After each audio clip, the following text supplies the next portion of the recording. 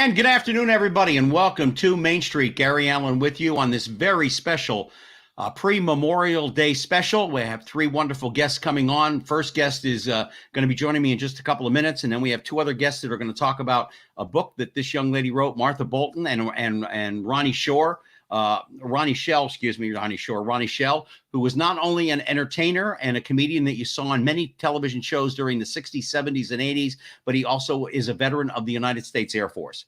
My very first guest is the membership and marketing manager, Rick Caithen, from the Elks Clubs of America.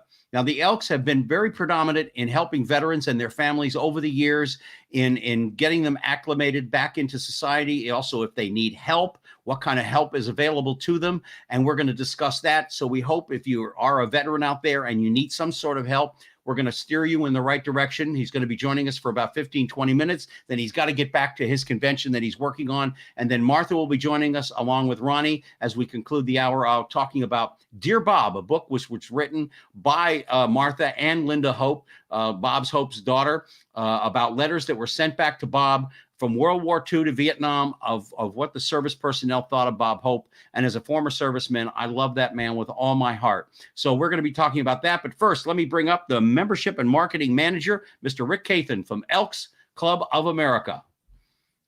Welcome, Rick. Thank you, Gary. It's such an honor. Thank you for all you're doing for our veterans and our military families, by the way. Well, you know what? My business partner and I, who you've talked to, Rick Del Vecchio, and I plan on doing an awful lot once I get back home to Miami through the Elks Club. I'm going to try to be a member. Now, I'll be honest with you. I've had the Groucho Marx attitude all my life. Any place that wants me as a member, I don't want to join. So, but I think it's a worthwhile organization. And you're based out of Chicago, Illinois, a place that I know very well, a place that I call home for a number of years. And Rick, let's talk a little bit about how the Elks got involved with helping veterans and their families with what they're going through one way or the other, and the programs that are available to people, and how they can let you folks know that they need some help. Well, I'll start right from the beginning. And right after the Civil War, the Elks started right in New York City. If you can imagine, back then, our veterans coming home from the Civil War, without their limbs, no ability to find jobs. Back then, if you couldn't work with your arms and legs, that was, agriculture, things like that, you had to be able to physically move. And there wasn't programs. A lot of homeless vets on the streets, similar to some of the things we saw these days. So the group of the founders that they wanted to do something for these veterans and the military families that face the horrors of war, and then to try to come back home and get into some sort of life where there's dignity and there's opportunity and there's quality of life. So we started right from the get-go, and ever since, if you look at some of the history of the Elks, we were the forerunners of the GI Bill. People don't know that. We provided them with all their loans right from when they came back home. We built the first field hospital in France during World War I. We built the first veterans hospital in Boston, then gave it to the government. So it stands to this day. And I'll go into some more things, but right now in our budget, we do over $60 million each and every year to our veterans and our military families. And I'll get into some of that detail on how you can get that help. I know with the Privacy Act, how you can, how our military families, our veterans, people, homeless veterans, how they can get out there and have us go help them, because they deserve it. How does someone need from the Elks to reach out, or can they get online and say, look, I need help? Or can they go to one of the local lodges like that my buddy Rick Del Vecchio is a member of down in Miami? Can they just walk in and say, look, my family and I, we need help. I'm a vet. Right. We make it that easy. We make it that easy. They shouldn't have to even ask, but it's an honor to be, in an organization that makes it that simple. They just go in an Elks Lodge and ask, or they can go on our online at elks.org, and then we have a place for them to let us know as well. When you talk about the homeless vets, and though I think we've made remarkable improvement, we've been part of that improvement. We have over $4 million a year that we invest in getting our veterans off the street. If you look on the elks.org and get a chance, look at we have all these welcome kits. They're just there waiting, and we have all the items placed throughout the nation in our 2,000 lodges. So you know, whether you're in Florida or wherever you are in the country, we provide welcome home kits, assistance from their new beds, things that they deserve and need. You know, when you look at the welcome home kits, you know, they have everything from, you know, from the laundry baskets to bathroom supplies to sheets, towels, things that make a house a home that are expensive. Yeah. But you'll see all those. We have thousands of elks every day. We have 330 veterans facilities across the nation that we support. So, and the funding's there. Our members are so dedicated to our veterans. Yeah, I would imagine you have to be. I know that, I'll keep bringing him up because he's not only my business partner, but he's like family to me. Rick Del Vecchio, I know what they do down there at their lodge, and I know they do a lot for veterans. And it's a shame that our own government doesn't take care of our veterans enough. But it's God bless you and the Elks organization for doing what you do since the Civil War times. Talk about some of the grants that are also available to veterans to help them also, I would imagine, to go to school and to help them in other areas of their lives to keep moving forward. Right. One of the most ones that we've come out with recently, we call it the Freedom Grant. And we make that available. It's a $2,500 grant, and that can be used for just about anything a veteran needs. The lodges, they work through the lodges. It can be everything from food situations. It could be something to upgrade the home. It could be something that would upgrade a veterans care facility, from TVs, things that make their life with more dignity and more comfort. But we have the Freedom Grants. We have adopt-a-vet programs. Even during COVID, our members, we adopted a pretty good number last year because everybody else kind of, well, not everybody, but, the country kind of hit a little bit and was told not to go out. We adopted 15,067 veterans and put over 40,000 hours into adopting our veterans in nursing homes. Even though a lot of that had to be done outside, we made sure they were fed. We made sure they had their clothing. We made sure there was somebody visiting them. We made sure they had letters. We were there at those doorsteps, even though we couldn't go in, to tell them they matter. What they did for this country matters, and we fought for them every day with our time and our donations and our respect. Where do you get the information about veterans that need the help? Do you get them from local organizations such as like the VFW or the Elks, or are people that are coming out of the service themselves from one of the branches of Marine Corps, Air Force, Navy, Army? I mean, how do you folks find out about who needs the help? Well, we get the word on the street. As you know, the Privacy Act, we can't get that information right from the military. I did some public relations work a couple of years in the 90s for the Marine Corps, and I kind of learned all those rules that, we with the Privacy Act, we need them to contact us. So we place our materials everywhere. We get the word out of all the works we're doing, and then it has to come into us from the veterans themselves. As you know, we can't have direct contact, but with our stand downs and our people know, I think our reputations, because of 153 years, our motto has always been, as long as there are veterans, the Elks will always be there for them. What's the website where people can go to, Rick?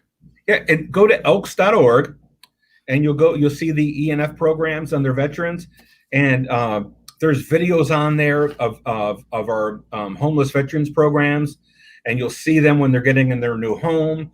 You'll see all the kits that we're giving them. You'll see that dignity restored, that pride.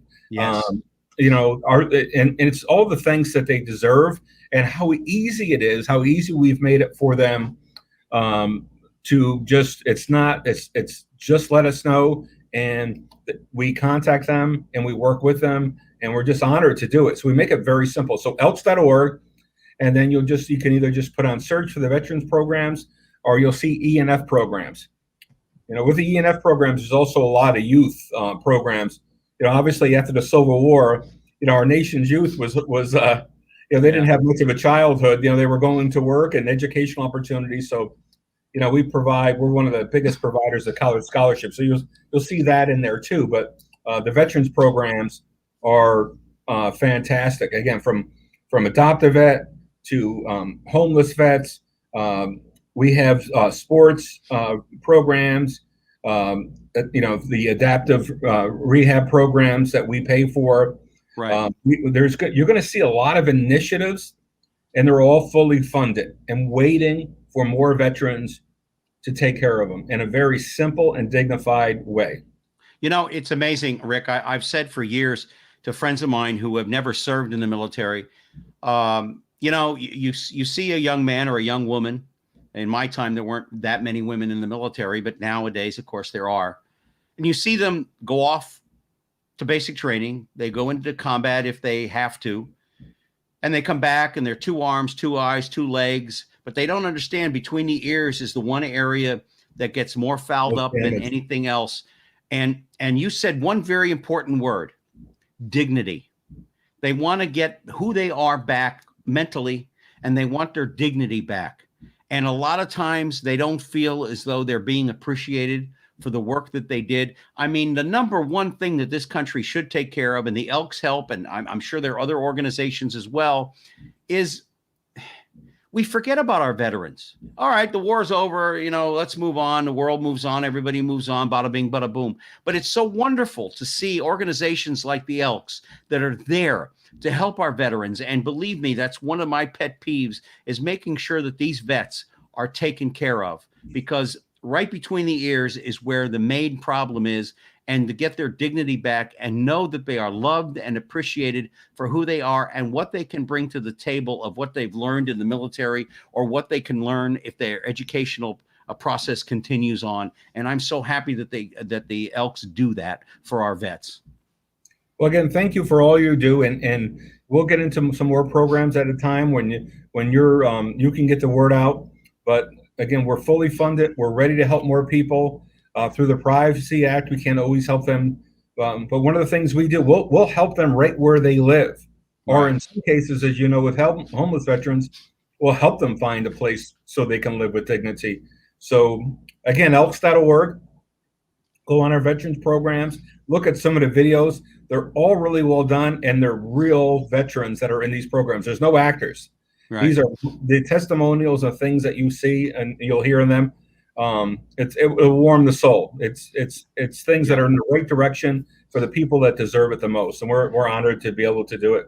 Well, Rick and I are hoping through what we do in Miami when I get home to do some events with the Miami Zoo down there, and hope the Elks will participate. We're talking to Gary Sinise and his organization to help our veterans and to help our first responders too. Let's be perfectly honest. Our first responders need help too, because they go through an awful lot of traumatic, mind-blowing incidents. And this COVID-19, which we may be getting a handle on it, but it's never going to be totally gone away. And that's what we need to really be concentrating on. So, Rick, I really appreciate every minute that you've been with us here. And you're going to come back on July 2nd, and we're going to talk further about what the Elks organization does for not only families in need, veterans, etc., but what the Elks organization is all about. And like I said, when I move home to Miami, I don't know if they're going to let me in through the front door, but I'm going to certainly, give it a shot anyway. I'm sure they'll open it with open arms. And and we're hoping for giving Gary a shout out too.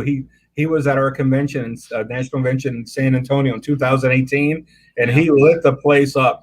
And we helped give his foundation a big check as well, because what a great job he we also had the Lieutenant Dan band play for us that night, and what a show they put on. Well, maybe we can talk about getting him down to the Zoo Miami through the Elks Club, and let's do it. Let's do it. And I'm going to continue doing programs down there, and I hope we can count on you to be part of them, to put them on the internet and let people know about the Elks. And like I said, I don't know, Rick Del Vecchio's like, I don't know about having you as a member. We'll just maybe having you as associate member or something like that.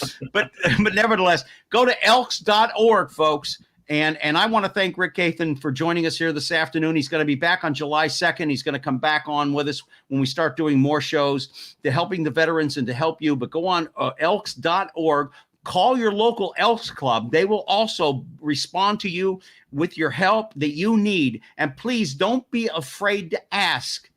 That's what they're there for. That's what the Elks are there for. That's what help is all about. You put us with our freedom today. Let's help you get your freedom, your dignity and everything back, and help you and your family get where you need to be. And Rick, thank you so very much for taking the time out of your schedule to join us this afternoon here on Main Street.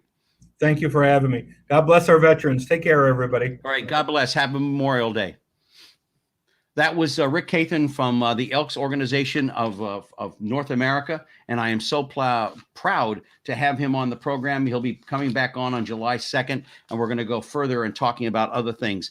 Well, now comes the main part of the program for this afternoon, and I am so pleased to have this young lady on board, Martha Bolton, and I hope Ronnie Schell is also with us. And these are two people that I really love very, very much. Ronnie Schell, of course, was an actor you saw in the 60s and the 70s on Gomer Pyle, USMC.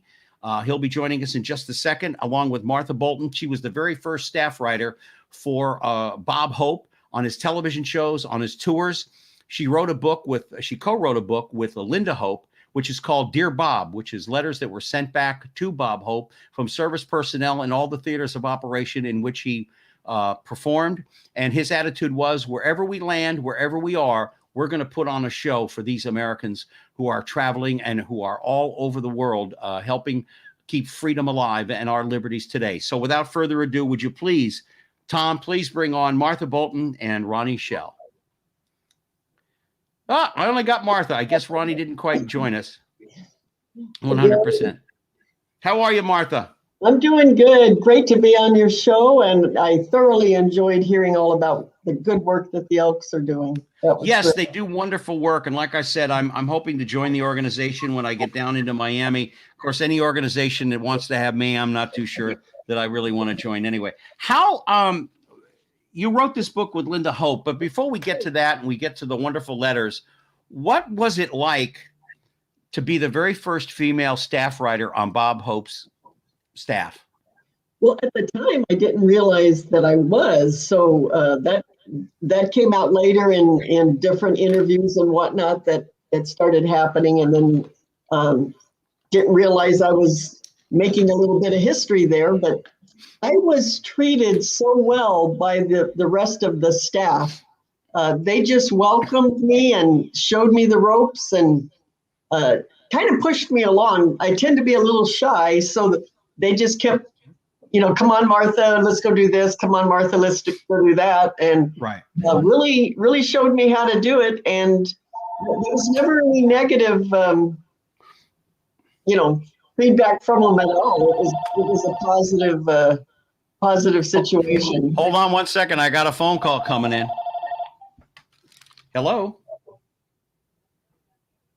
Are you sure you're there? Because Tom is right there with you.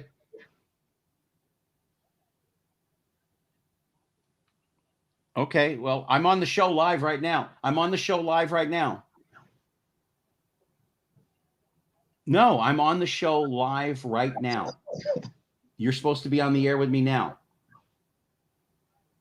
Okay. Well, Tom will bring you on. Gotta go. All right.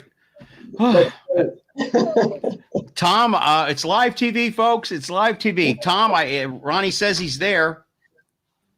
Hey, everybody. Hope everybody's doing well. Sorry, Martha, for interrupting so quick. But Ronnie, I think you have not pressed Enter Studio yet. So you have to press Enter Broadcast Studio to join us, and then I can bring you on. So you might be watching, but if you don't press Enter Studio, I can't bring you on as of yet. It's live TV. Indeed. I'm truly enjoying this episode, and I hope you're having a good time. I'm so looking forward to your stories, Martha. And hopefully Ronnie's able to make it in. If I do see him backstage, I promise he'll be right on. Have a great one, guys, and thank you again. Okay, thank you. Anyway, let's get back to the main story. Sorry about that. It's live TV, folks. What can I tell you? Make it fun. Yeah. But anyway, did at first when you were on the staff, were you treated any different, or did Bob just open his arms and that's it? She's part of the group. He really just opened his arms. In fact, the first time he called me, had sent material in, and I had been recommended by Gene Parrott, who was a staff writer for Bob Hope. And how I got with Gene is I was trying to write sitcoms, and he was a staff writer for the Carol Burnett Show and Mama's Family. And so he encouraged me to write a spec script for those shows. And I did it. My typewriter wasn't working at the time. So for 20 minutes, I went down to the local library and just kept feeding it quarters and wrote up 2 spec scripts and got it to Gene. He got it to Ed Simmons, who was the producer.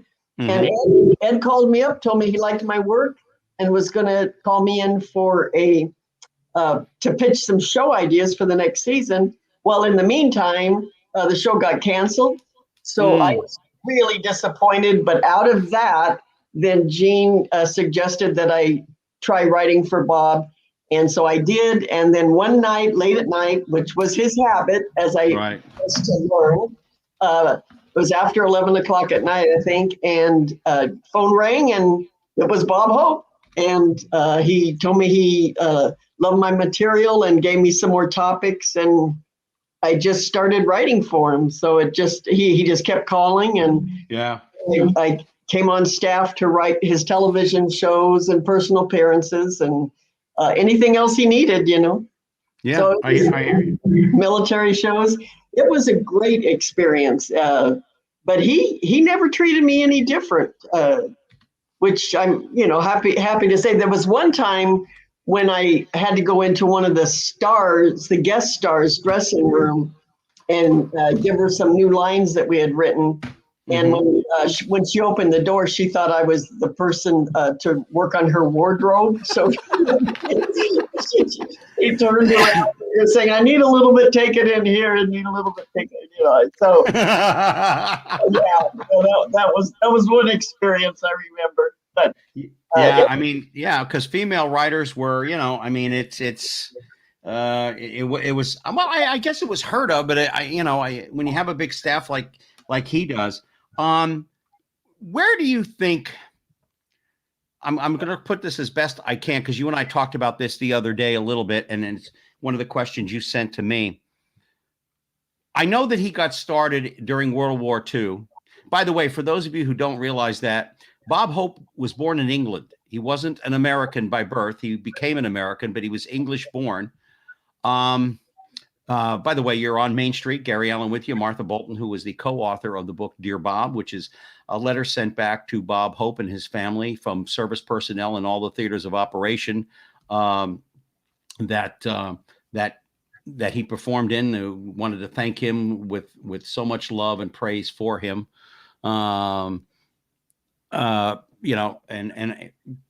and all that good stuff like that. But where do you think it became an obsession for him? I know during World War II, it was like Glenn Miller had his band. They traveled around, other entertainers traveled around. But when did it become sort of an obsession? I personally, after reading these letters, I always knew that Bob had a connection with the troops. Whenever a veteran would come to see the show being taped, the interaction between the veteran, you could see the love and respect that he had for Bob, and he or she and Bob had for them. And so you knew that was there. But in reading these letters and hearing what they had to say to Bob and what Bob had to say back to them, he loves that audience. March Field, May 6, 1941, but that first time he walked out there, and they were such a great audience that any comedian would have loved them, that kind of feedback, that kind of laughter. So he fell in love with them at that moment. But I think through the years, when he started getting going on the tours, when he started walking through the hospitals and seeing the sacrifice that these kids, young kids, were making, it got into his heart that then it became, I think, a passion that he was going to be there for the troops, whatever they wanted, whenever they wanted, for as long as they wanted, in war and in peace. He was going to be there for them because he saw that sacrifice up close and personal. These were kids that were in his show laughing the night before, and then either mortally wounded or very severely wounded in the next battle, which sometimes was the next day. Yeah. How did it affect him when you saw him when he initially returned back from each tour as the years progressed? Did it wane on him a little bit longer each time? Because I'll be honest with you, having served in combat, it never goes away. There's a numbness that happens, but those memories never go away. Even to this day, there are many of them that I blocked out of the things I saw. Right. How did he deal with it? Well, the best moment that I could think about was when this book, I called him and asked him, because I had seen the letters. Linda grew up with the letters, so she knew about them. She did a school paper on them. When I got to work with them and see the letters, I called Bob and asked him, had he ever thought about putting them into a book? And he said that, you know, he loved the idea, but that he didn't think he could be the one to help going through those letters, because they just did so much. They moved him so much. So that feeling, then this is from World War II, but that feeling of all of the loss and all of the scenes that he had seen, couldn't unsee any of that. That stayed with him. And so he suggested that I talk with Linda. And then that's when we started talking about the book and started working on it. And then different things happened to where it got postponed, and we never forgot about it, but it had to be, set aside for a while. But then a few years ago, she emailed me and asked if I was interested in getting back on the book, and I was thrilled. Because I wanted this story to get out, and as did she. So we got back on it. By then, the letters were up at the Library of Congress, so I went up there and finished before they were at his house. And I went up there and finished the research and would go back and forth with Linda on the manuscript. And it's a heart, a work of our hearts to put this out and to let people know how close of a relationship they had between Bob and the GIs. Martha, we're with Martha Bolton, who co-wrote a book with Linda Hope about Bob Hope. It's called Dear Bob. How can people get a hold of the book? Is it in all major bookstores and online? Yes, it is. And they could also go to the publisher, the University Press of Mississippi, and get it there as well. And they could get it at bobhope.org / Dear Bob More, and they can order it there. Okay, I'm writing that down. I just want to make sure I get it.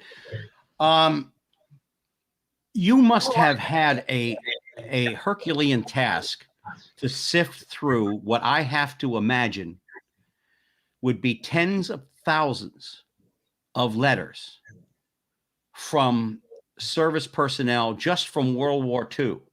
Forget Korea, Vietnam, the Middle Eastern conflicts, and everything in between. Because even when there wasn't a war, that man went out and entertained troops.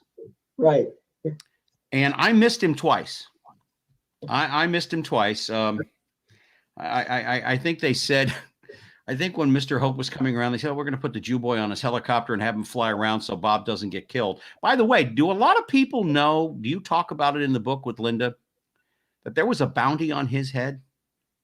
Well, I don't know if they know that or not, but he was definitely a target. He really was. And they got close a few times. Yes, they did. They wanted him because he represented keeping the morale up of the American troops. And, they definitely had him in their crosshairs. I know that there was $1 million bounty the Viet Cong put on him, Mhm. and you would see and talk, and there were things around, dead or alive, and they preferred dead. That's how important this man was. I said to Harlan, which is how you're here, your agent, who is a really wonderful gentleman. I love him dearly. I said, when Bob Hope died, you guys had 3 services for him. They were all private. But if you could have opened them, the Rose Bowl for 1 week couldn't have held all the people coming to pay. And I'm starting to cry now. Yeah. And I said I wasn't going to.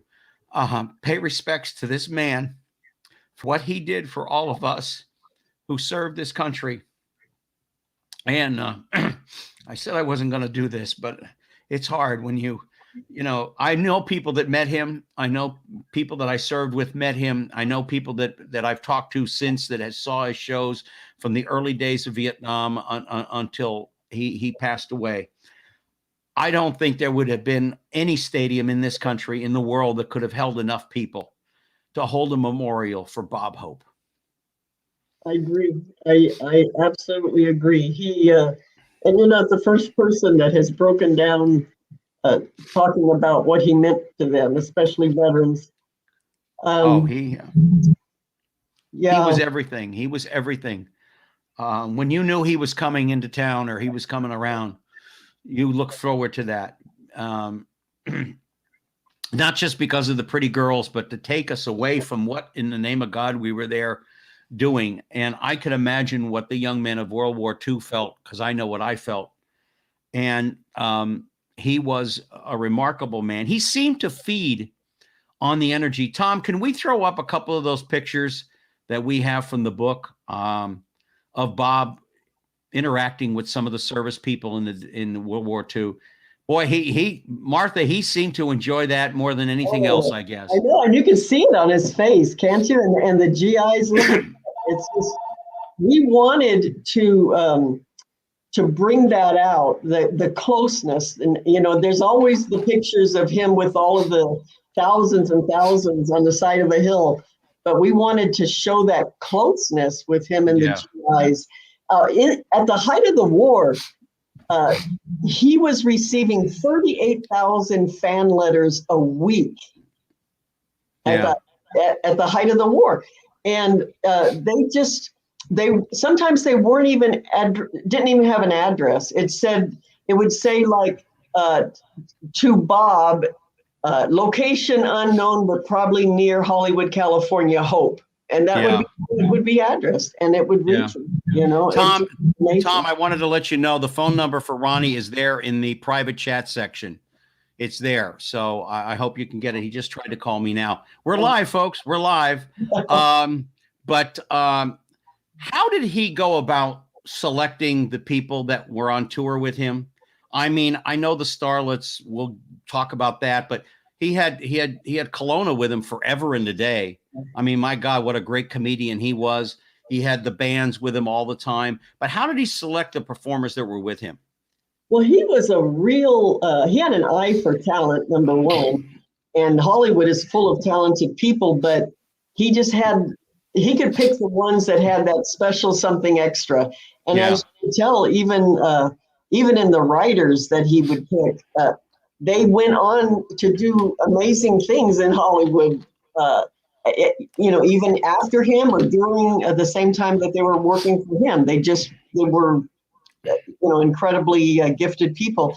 And as far as the stars, he would always try to bring the troops who they wanted. And in their letters, they would say why don't you bring so-and-so, or why don't you bring, this person? So he knew the ones that they wanted to see. He liked having the people who were popular at the time, but he also liked the ones that it was a service. It was something, they weren't doing it to get their picture taken.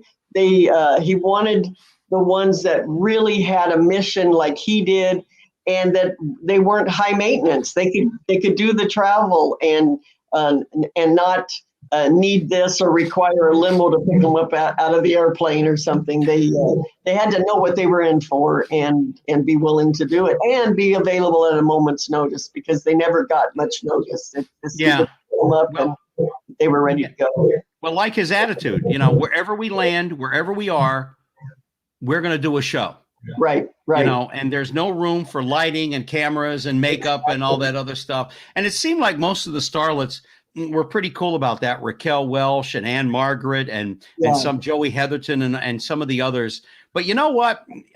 We were talking, I think it was last week, or we were talking, and when he would promo the shows and he'd go on the Tonight Show with Johnny, and I did the impression for you, and I'm not going to bore the audience, but when he would talk about the show, hey, this is Bob coming to you live from somewhere. And when he would get down to talk about the starlets, hey, I got to tell you something, Johnny, that Joey Heatherton, she really joined us.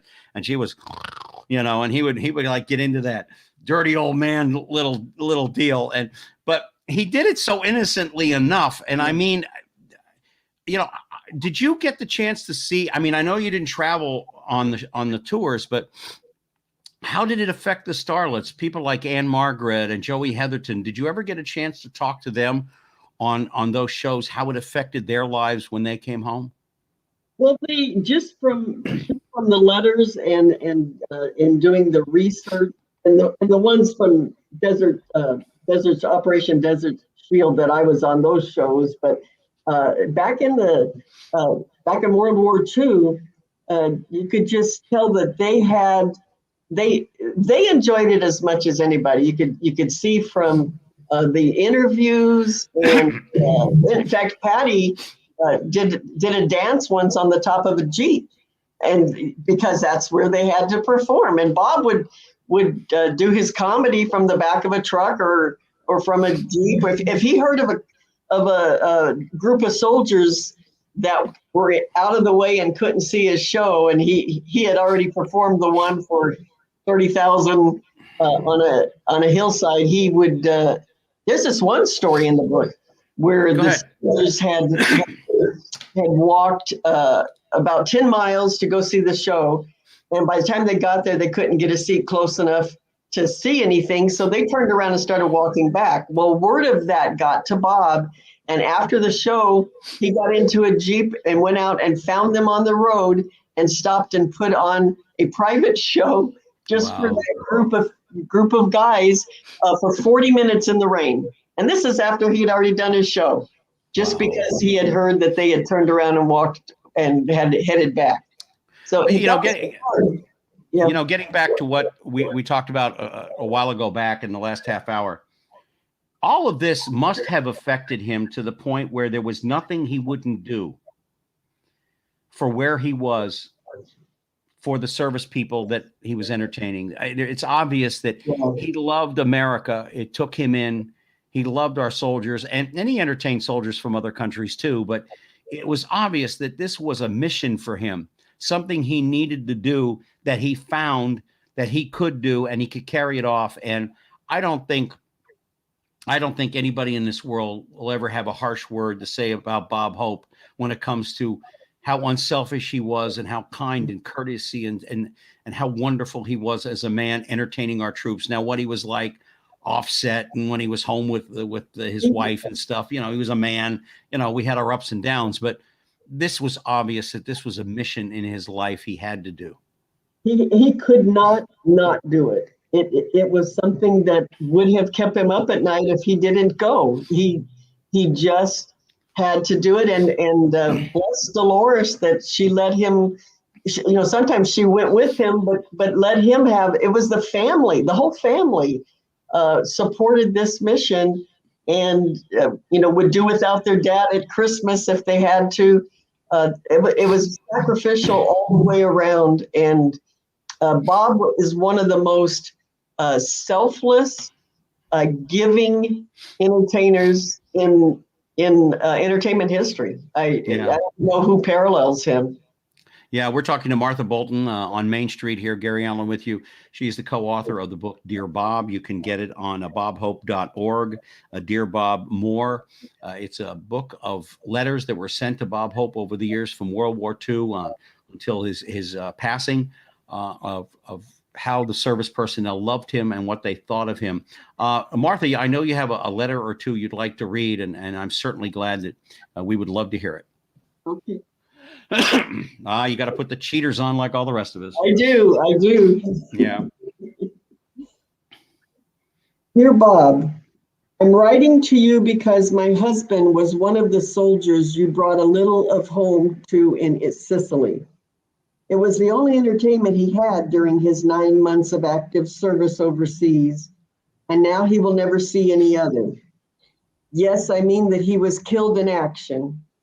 He didn't die a hero. He never did anything spectacular. He just did his duty as best he could. His name will never go down in history as being great, and yet he was to me, and I am very proud of him. I received a letter from his commanding officer telling me what happened. It seems that night of March 17th, they were on the front line at Anzio, waiting to be relieved. Pete, my husband, was out of his foxhole checking on the men in his platoon to see that they were ready to leave the minute the relieving unit arrived. Before he could get back to his foxhole, the Germans fired several rounds of artillery. One hit close to Pete, and several pieces of shrapnel lodged in Pete's chest. I'm told that he died instantly. Pete, or Staff Sergeant Melvin E. Peterson, was one of the finest men that ever lived, and he will always live in the minds and hearts of his friends and loved ones. You're in the show. Was like millions of others. And hear you. He didn't want to leave home and go to war, but there was a job to do, and he was never one to shirk, so he went cheerfully. I wrote to you because my husband wrote me of the show he saw with you and Miss Langford. You seem like a friend, and you saw him since I did. I guess that's why I've told you all about it. Sincerely, Mrs. Harriet Peterson. Thank you, Martha. Ronnie, you've just joined us, huh? Ronnie, can you hear me? Ronnie, can you hear me? I can't hear Gary or Martha. Do you have your, okay, all right. All right, take him backstage for now. Whoops. Tom, take him backstage Hello. for now. Yeah. Wait a minute. Speaker. Where's that? I'm sorry, Martha. All right. Ronnie will join us when he can. Ronnie's not a computer guy, but that's okay. You know, a lot of letters, I would assume, had a sentiment very similar to that. No, we weren't heroes. Those that served, my dad served in World War II. His brother served in World War II. And some of my other uncles did. You don't have to be a hero to be a hero. Mm-hmm. By the mere fact that you're willing to put on the uniform, serve your country, and give your life for your fellow man makes you a hero. Maybe that's what Bob saw. Maybe that's what he knew. Maybe he understood it better than all the rest of us did, that the sacrifice that those young men made, and they were young, you know, if you look at the movie The Band of Brothers, they were young. They were 18, 19, 20, 21 years old. They didn't win Congressional Medals of Honor. They didn't do anything heroic except they served their country. They did the best they could. And they were heroes to me. My father was my biggest hero ever. And I had a brother that spent 14 years in the NFL. He wasn't my hero. My dad was my hero. My uncles were my heroes. These were men who gave the ultimate sacrifice for all of this. So maybe that's what he saw. Maybe that's what he was able to grab into to get it to where he needed to go, Martha. Ronnie, can you hear me, sir? I can hear you. Okay, Ronnie, you're on the air with us. We're live now. How are you? How are you? Finally. I'm fine. Now, hold on a second, Ronnie. Hold on. I'll get to you in just a moment. Well, I don't have time. I got to go. Okay. All right. I'm kidding. All right. Ronnie's a comedian. Ronnie Schell, you know, from television. He was on Gomer Pyle USMC. He was also a member of the Airmen of Note, which he entertained the troops. We're going to get to that in just a minute, Ronnie. Sure. But Martha, Martha, what do you think Bob Hope would think today about what's going on with all the stuff between the COVID and everything else like that? Would he consider that a battlefield he had to go entertain? Well, he would certainly be talking about it in his shows and whatnot. I do have a quote, I think, with going along with what you just said, and this is from Bob. I was there. I saw your sons and your husbands, your brothers and your sweethearts. I saw how they worked, played, fought, and lived. I saw some of them die. I saw more courage, more good humor in the face of discomfort, more love in an era of hate, and more devotion to duty than could exist under tyranny. And then I came home to find people still living and thinking the way I lived and thought before I was given a look at the sacrifice. You know, I've always said, and of course, Ronnie is there too. Now, if you had to go to a war zone, folks, and see what veterans see, you would change your minds about an awful lot of things. An awful lot of things. Martha Bolton and Ronnie Schell have joined us here on Main Street. We've been talking in our salute to veterans on this day, those that gave the ultimate sacrifice. Memorial Day is for those that did not survive the wars or passed on afterwards. And Martha is the co-author, of Dear Bob, letters that were sent to Bob Hope and the Hope family, after Bob had entertained in the different theaters from World War II until Vietnam. Ronnie Michael, Schell I is have a question. Go I ahead. have a question I've always wondered about Bob. Go ahead. First of all, I was a big Bob Hope fan from the beginning to the end. He was one of my idols. Anybody who was in comedy, Bob Hope had to be your idol, one of them. But I was told later on after I was doing shows like the Carson, the Tonight Show,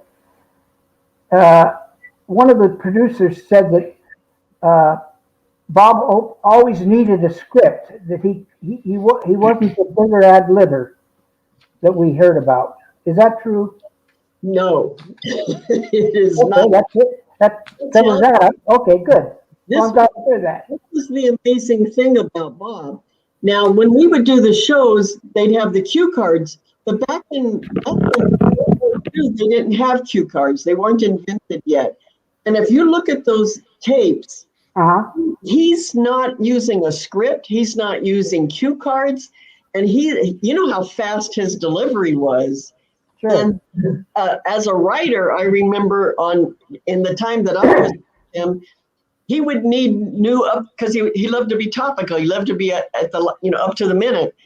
And we would get topics to write and hand them to him just before he's walking onto stage. He'd glance at them, walk out on stage, and do 5, 6, 7 brand new jokes just from having glanced at them, and he walks out on stage. And the same thing happened in World War II. He had a staff of writers. Wherever they went, they were custom jokes for that area, and they'd give the jokes to Bob, and he'd walk out there, and there's no script.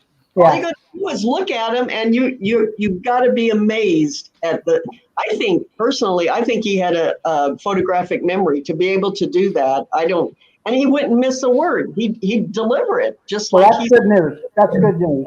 That clears Ronnie, that up. Ronnie, did you ever get to see Bob Hope when you were in the yes, Ronnie's the United States Air Force veteran?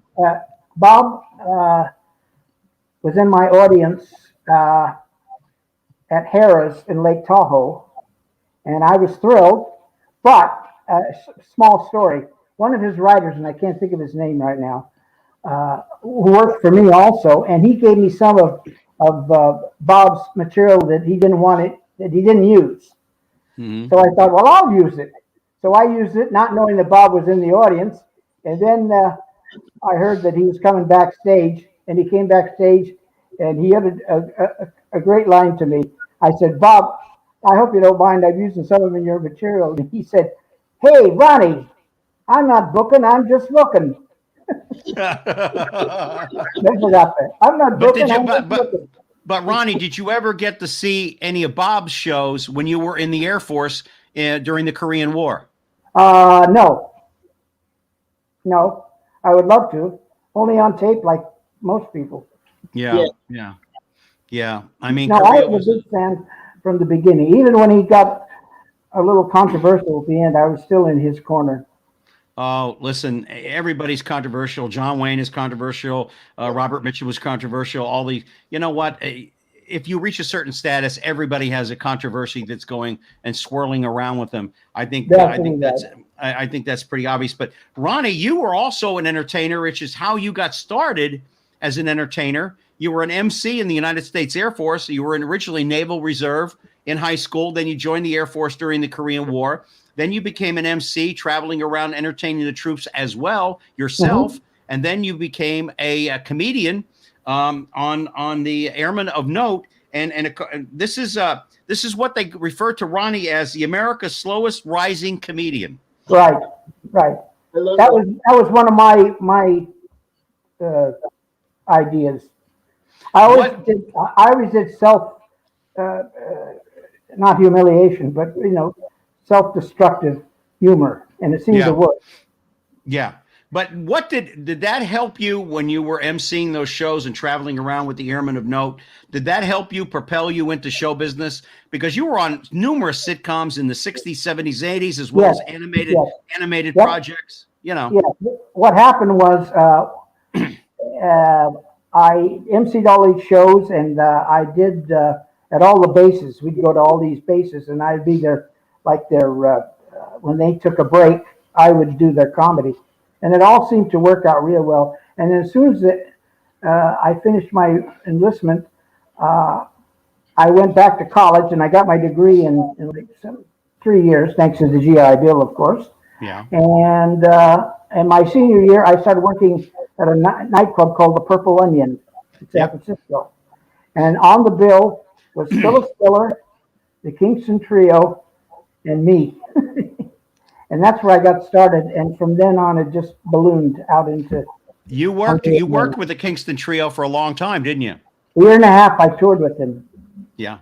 That was thrilling. They were so good.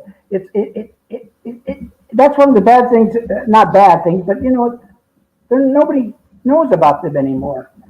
And they were on the cover of Life magazine, and they were so popular. Well, we've moved on from that kind of music. We moved on. Jazz, which is one of my favorite forms of music, isn't well appreciated in this country either. And yet we've had some of the greatest jazz artists that have ever existed. But I worked with most of those jazz artists in Vegas. I worked with George Shearing. Yeah. And I guess you'd call I can't think, Tony Bennett sort of a jazz artist. Oh, he's definitely a jazz artist. Three times. Yeah. So well, I worked with you. Yeah. Huh? What was it like for you with the Airmen of Note? You traveled around the world. Talk about your time in the Air Force. Oh, well, I got to tell you, that was one of the greatest 4 years of my early life, because I went into the service having a failed love affair with my high school sweetheart, and because she was beautiful and everything like that, but she liked to go out with guys, and even we got engaged. And so my only escape was to get out of town. And so I joined the Air Force, and a surprising thing happened. She saw me off at the train station when I was on my way to Lackland, and the minute the train pulled out, I was finished with her. Wow. Immediately. I don't know what it was, because I couldn't be with her or something like that. And that started my career in a different area of concentrating on my acts. And I was an athlete. I played baseball 2 years. Yeah. In the Air Force. But Did you ever run into her years later?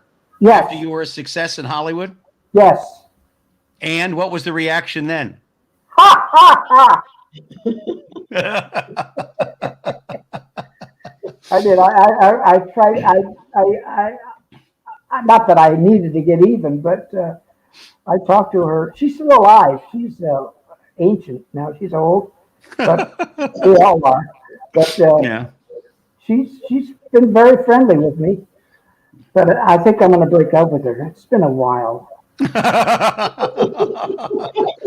Ronnie, the discipline that you learned in the military, do you think that was a crucial part of your growth helping you when times got tough in show business? Because no matter how successful you are, there are those lean years in Hollywood. Believe me, I had them. And I know what that's like, sleeping in your car, or you haven't eaten for a day or two until Bud Friedman feeds you with some pizza or something. And God bless him. Yeah, right. Yeah. But I mean, did that military training click in that you said, listen, I got through this. I'm going to get through this now. This is not I was very disciplined because when I went, you remember, you were in the Air Force. Basic training can be very tough if you're a gadabout. And I was sort of a gadabout and never followed directions. And and that really helped me get started. And then when I started flying around the country, once I got in the Air Force, I was always flying military from then on. C-54s, C-33s, T-33, all these different, and some bombers and stuff like that. And you had to be on your toes because a lot of times I'd be in the bombing and the bomber, and not the bomber, the guys, the guns, and the plane, right. And the pilot would say to me, if you hear a beep, beep, beep, beep, beep, get ready to jump. And then if you hear a long one, get out.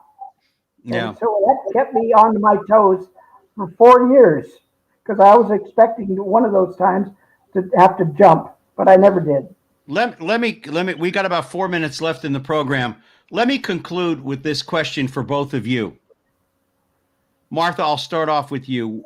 What does Memorial Day mean to you?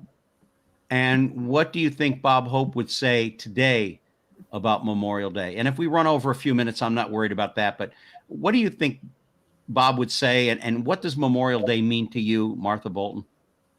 Well, it's a day to stop and remember everyone in our lives and before us that have sacrificed have paid the ultimate sacrifice for our freedom, that it's not to be taken lightly. This freedom that we appreciate and live in, it was paid with blood, and it's not to be forgotten. He certainly never forgot their sacrifice. He volunteered for World War II, and he was so moved by what he saw and what he owed these troops that he stayed in every war in his lifetime, and up until his final military show when he was 87 years old, and he's climbing in and out of helicopters. So I think Memorial Day is a day to remember the price that was paid for all of us. Yeah. Ronnie? I agree 100%. I honor all those that, and I in the 4 years that I was in, I lost some buddies in Korea and various areas of the world that we were having problems with.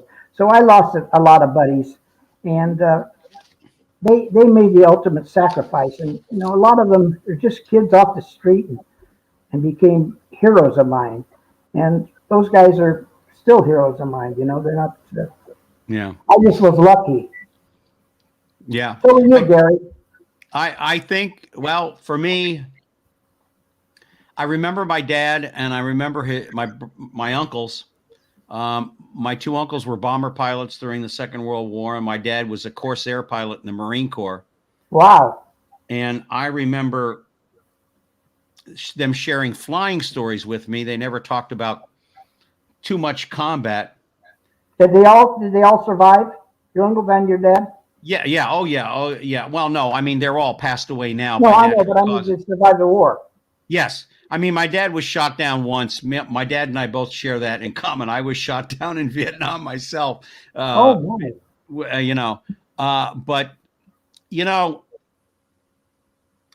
Memorial Day, it means an awful lot to me because of where I was a small kid from Wilkes-Barre, Pennsylvania. And my biggest dream was maybe to join the local armory, the 119th Armory. I was lucky enough. I was reunited with my mom and dad and I grew up in Hollywood, Florida. And I'm an adopted child, and I'm lucky enough to have lived for 18 years before I had to go in the military. Memorial Day reminds me of the men and women that I served with, not only in combat, but after. I served with a unit that was, our whole job was air sea rescue. Oh, yeah. That's what we did. And we went after the pilots and infantrymen that were being held down by Charlie. That was tough. And I remember them. And I remember the lives and the wives and the men of those men that when I came home, I got to meet over the years and people I would run into. So on Memorial Day, I remember them. I don't remember me so much of what I did. I remember them. They are heroes.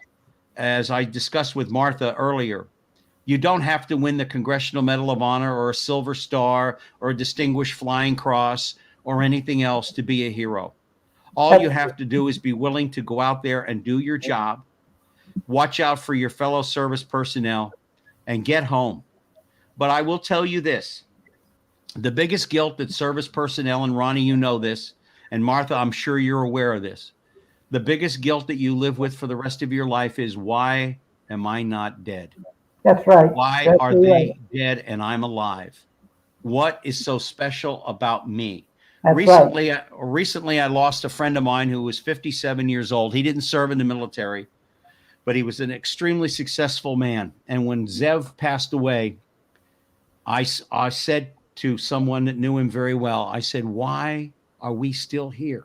What have I done that's all that extraordinary compared to his life?